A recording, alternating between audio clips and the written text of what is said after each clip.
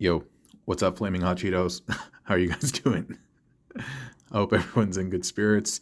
Yo, the ice cream truck man, back in the day, yo, he used to sell the so you got to think this is like in the 90s.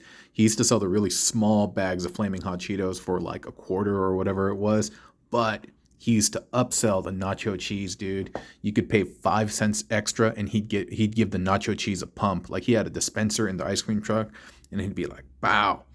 You gave him a dime, he'd be like bow bow. And so like, dude, my man was on to something, dude. My man was on to something. Yeah, dude. Nacho or flaming hot Cheetos with nacho cheese on top, dude. You're missing out. Um, anyway, in front of us, by the way, and that was not a plug, not a sponsorship. Doritos does not, Frito Lay does not sponsor me. But in front of us, by the way, is a triple Brunt, very specifically Brunt, Zetar, and Centurion drone. These guys are all mold mates. Zetar is a little bit different with the pointy wizard hat, and so that's why he's playing center fiddle or main chair or whatever the term is. But it looks really great. And in this video, we're going to go over the tutorial like we do in most of the videos. But I am going to have a bit of a real moment. I don't know if I should do that real moment now before I take this guy apart. Let me think. Whatever, dude. Let me just talk about whatever, dude. I'm just gonna have this real moment right now. And it's nothing bad. It's nothing bad. I was just looking at just all the activity and all the things that I do basically to get the subscriber count up on YouTube. And honestly, like, I don't know, it is frustrating at times because you exert a certain amount of effort. And by the way, I'll just keep spinning this guy so that you can like see how he looks and stuff. Dude, he's really, really nice. Um, but I do get discouraged at times because I put a certain amount of effort, forward, and I hope to get a certain amount of a result, a yield, but it doesn't always happen, and when that occurs, honestly, like it's really deflating. It's really deflating. You work on a build, you work on the video, and you hope that the views are high, and not a lot of, and that can be very, very discouraging. But one of the things that I realized, and I'm regurgitating to some degree, an insight, an epiphany that I had a while back, is that what, there are just so many things out of my control that I can't be tied to the result. I can't. I just can't. Like I can't control the the YouTube algorithm. I can't control the user conversion. I can't control whether you like this or you don't. The only thing that I can control is me making these builds and putting them on YouTube. That's the only thing that I can control. I can control the content, the cadence, and how this all looks. But yeah, I can only really be married to the process and have ownership in that. And beyond that, whatever falls, whatever may come, well, I really can't be tied to those results. Hopefully, hopefully they're good results. But yeah, in the event that they're not, I just have to kind of like let it go. So I will tell you this, in terms of where the channel is now, the amount of subscribers, am I pleased with that? Yeah, I'm pretty pleased with that. Am I pleased with the momentum? Yeah, I'm pleased with that momentum. Am I pleased with how many views these longer videos get? No, I'm pretty disappointed about that. Yeah, am I pleased with how much views the shorts get? Yeah, I'm pretty happy about that. So there's all these things. Some things go my way, some things don't. I wish the retention was better. At the end of the video, like hardly anyone is watching. And so if you do, seriously, you're a legend. You're someone special out there, and I appreciate you for doing that because very little people watch the end of the video. And I don't blame them. Like when I watch videos too, like honestly, usually I'm not consuming all of it. I watch the good parts, fast forward, skip around or whatever, and then I'll just kind of drop off. And so, yeah, if you consume all of this stuff, yo, my man, my girl, like, yo, you are a legend. I appreciate y'all. But the one thing I was going to say is, as a result of me putting out all these fan modes, like all the time, one thing that has changed is that I've grown a lot. I've grown a lot. My skills in terms of being able to bend bots, create fan modes, new perspectives, and bravery and willing to try out new things, it has grown tremendously. And that wasn't necessarily something that I had like hoped for. I just liked making builds, but as a result, yeah, I just got better. And this guy actually is a manifestation of that particular effort because I have tried making triple brunts in the past before. but they never really quite turned out the way I wanted. But this guy, I'm well pleased. I am well pleased. Yeah. And I will assume, I mean, I think it's going to be very few individuals that have all of these Brunt molds at home, but whatever, dude. I'm going to assume that somebody does, and that hopefully this video finds its way to them, that they have Zetar, Cent, and Brunt. And so I'm going to actually just describe, I'm going to describe, dude, I can't even talk.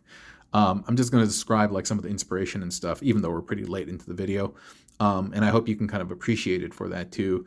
As you can see, the things that are like symmetric, they're all like Zetar, you know, or more or less symmetric, like yellow cannon, you know, torso, thighs, and these, you know, hip wideners, so to speak.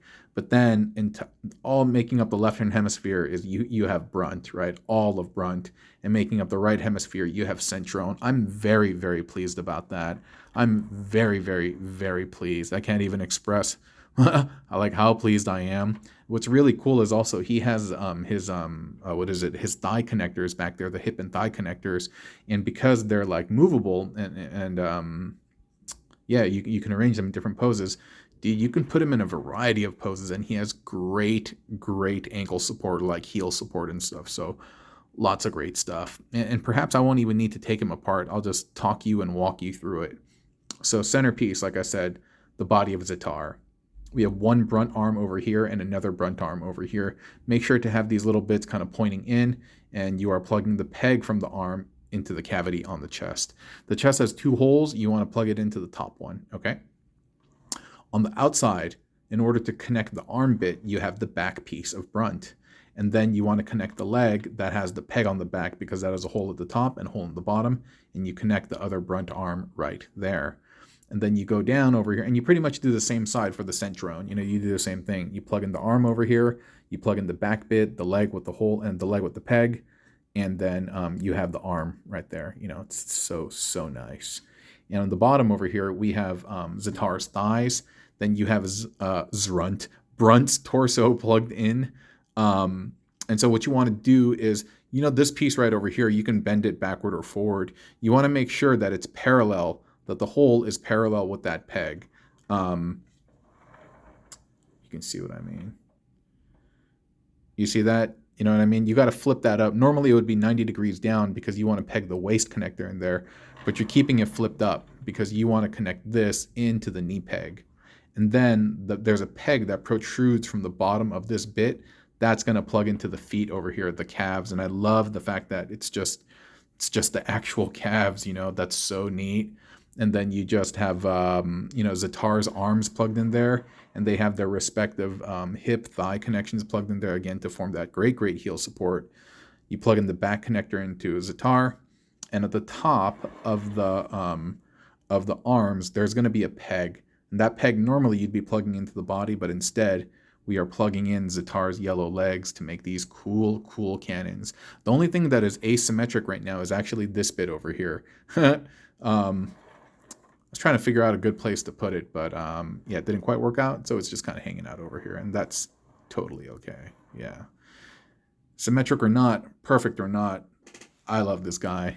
And yeah, not only do I love this guy, like honestly, I have to make some tremendous strides and effort to also love myself as well. I'm always so highly critical. Like honestly, I'm such a competitive person. I'm not really competitive with other people, but I'm competing against myself.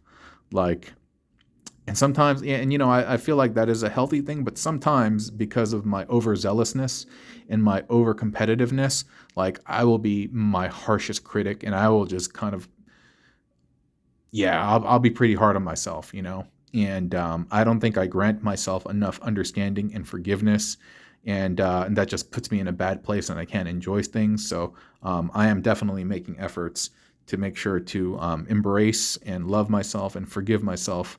And it's not forgiving myself for anything bad, that I didn't do anything wrong. It's just really more of just understanding myself as like, dude, I'm not a perfect product. I'm just moving through space-time like the rest of y'all. I'm just kind of encountering different stimuli and reacting. And, as long as I'm learning and I'm growing and I'm not hurting other people in the process, I think that's fine. I think that's fine.